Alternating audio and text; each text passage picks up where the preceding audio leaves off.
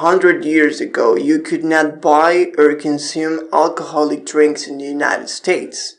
It was the age of Prohibition, and a time when criminals controlled a whole industry. The most famous gangster was Al Capone. America is the land of liberty.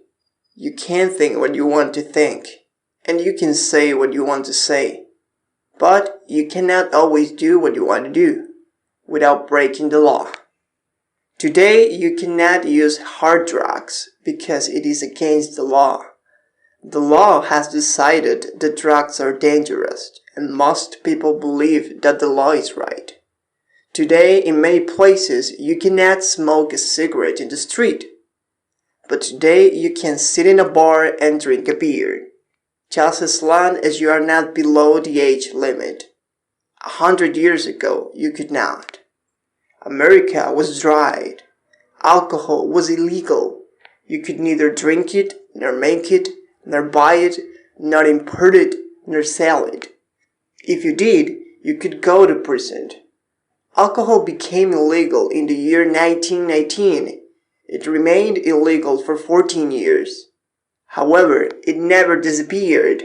Before 1919, alcoholic drinks were very popular in the United States. There was a big drinks industry, which employed a great number of people.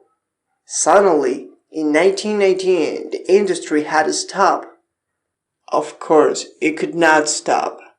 It stopped officially, but it continued to prosper unofficially. In place of big businesses, there was big crime. The Mafia took control of the distribution, and the bosses of the Mafia replaced the bosses of the breweries and the distilleries. The biggest gangster of them was Al Capone, who came from New York and operated in Chicago. Capone controlled a vast empire of crime. He was so powerful that he could control anyone he wanted to.